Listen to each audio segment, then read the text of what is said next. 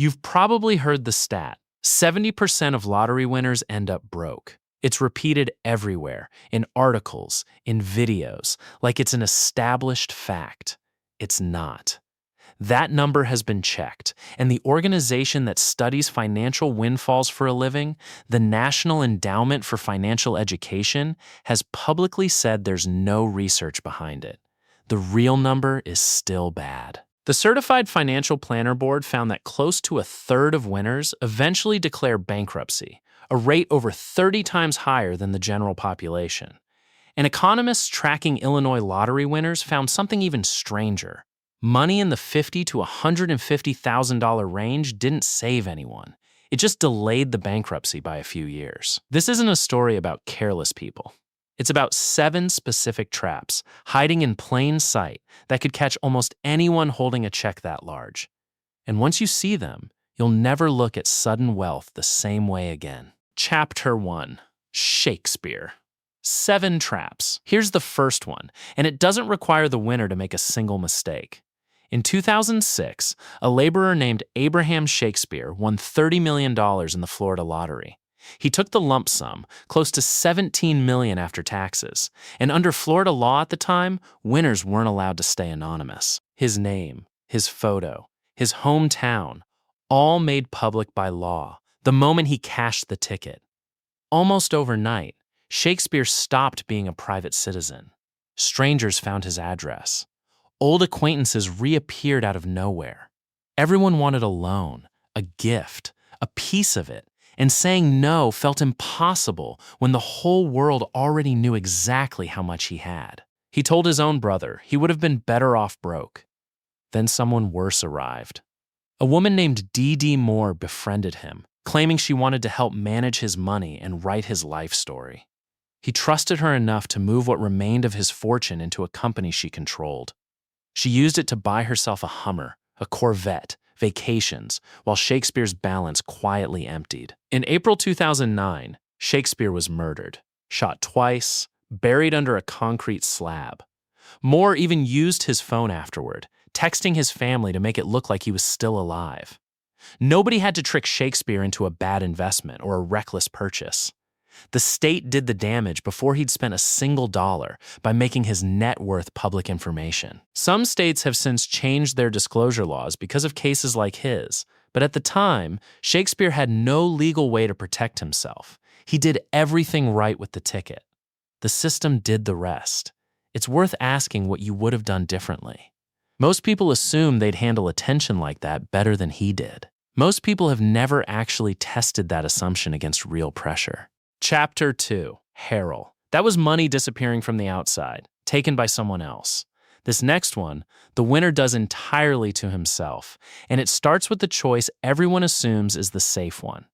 In June 1997, Billy Bob Harold Jr. worked behind the counter of a hardware store in Texas. He won $31 million, and he chose the annuity, a guaranteed income of over $1 million a year for 20 years. On paper, that's the responsible option, the one financial advisors actually recommend over a lump sum. The first thing Harold did was quit his job. No transition period, no plan for what came next. One day, he was stocking shelves. The next, he had nowhere he needed to be and nothing he needed to do. He bought 6 homes, new cars. He gave heavily to his church. And because the win was public, the calls started immediately. Neighbors, relatives, strangers, all asking for help, and Harold couldn't bring himself to say no to any of them. His marriage collapsed under the weight of it. 20 months after he won, with money draining out faster than the annuity could refill it, and none of the daily structure that used to hold his life together left standing, Harold took his own life. Not long before, he told his financial advisor that winning the lottery was the worst thing that had ever happened to him. A guaranteed income was never the problem. The problem was what happens to a person when the routine that gave their days shape disappears overnight and nothing steps in to replace it. Psychologists who study sudden retirement see the same pattern outside of lottery winners entirely, in people who leave high-pressure careers with nothing lined up to replace them. It's the part of the story financial advice almost never covers. Not because it isn't important, Because it's harder to put a number on. The money was never the missing piece. The missing piece was somewhere to be. Chapter 3. Rossi. Harold lost his fortune from the inside, spending it into oblivion. Denise Rossi tried something else. She tried to make hers disappear entirely from one specific person. In December 1996, Rossi won $1.3 million through a workplace lottery pool in California. 11 days later, she filed for divorce from her husband of 25 years, and she never mentioned the money. Not during the filing. Not on a single financial disclosure form. As far as the court records showed, that jackpot simply didn't exist. For 2 years, it worked. The divorce finalized. The known assets were split down the middle. Thomas Rossi walked away, believing he understood their entire financial picture. Then, in 1999, a letter arrived at his old address, an offer from a company willing to buy out the remaining lottery payments, sent to the house they used to share. Thomas opened it, and for the first time, learned his ex-wife had been sitting on more than $1 million for years. He took her back to court. Under California law, a spouse who conceals assets during a divorce with fraud or malice doesn't just lose their unfair advantage. They can lose the entire asset as a penalty, not a division. The judge agreed. Denise didn't split the money with her ex-husband. She lost every dollar of it, awarded entirely to the man she had tried to cut out of it completely. The lesson isn't really about lottery winnings. It's about what the law does to anyone who tries to game a system built on disclosure. Courts don't treat concealment as a simple oversight. They treat it as proof that the person concealing it already knew, deep down, that they weren't entitled to keep it quiet. It's a reminder that secrecy itself can become the crime, regardless of what the original asset was. Chapter 4. Mullins. Rossi tried to hide her money from a person. Suzanne Mullins ran into a debt that no amount of hiding could have fixed, one that came from a place she never expected.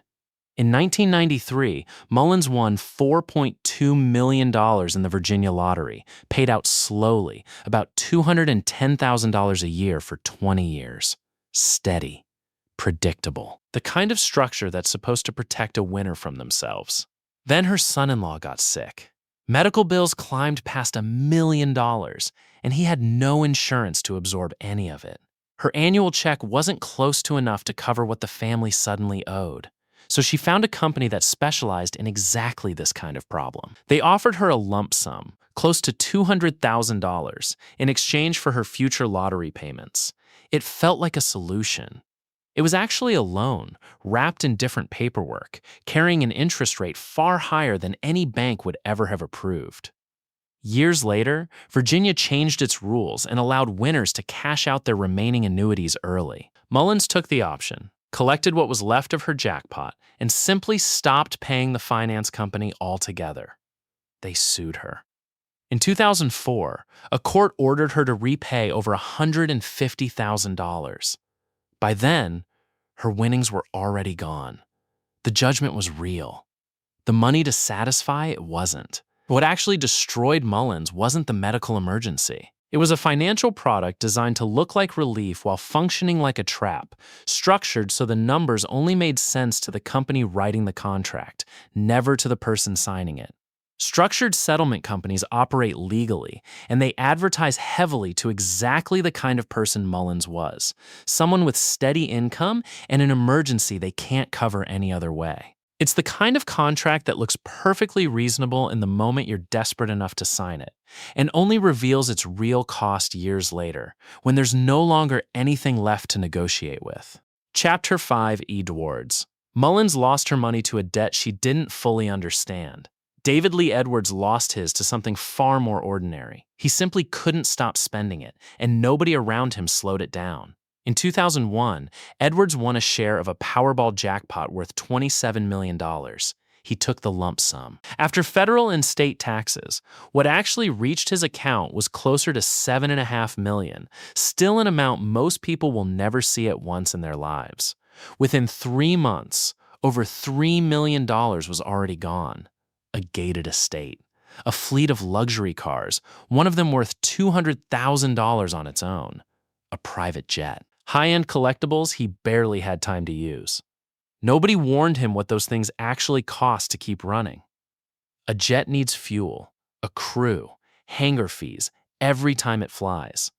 A mansion needs taxes, upkeep, staff every single month, whether he was living in it or not. Every asset he bought came with a second, quieter bill attached to it, one that kept arriving long after the thrill of buying it had faded completely. Within 5 years, the money was gone. He sold off what he could for a fraction of what he'd paid. He developed a serious drug habit along the way. By the time he died in 2013, the man who once had $7.5 million in cash was living in a rented storage unit. Edwards didn't lose his fortune in one dramatic decision. He lost it to 100 smaller ones, each reasonable on its own, and to the bills that kept showing up long after the excitement that justified them was gone. Financial planners have a term for this exact pattern: lifestyle creep compounded by asset creep, where every purchase quietly requires the next purchase just to sustain it.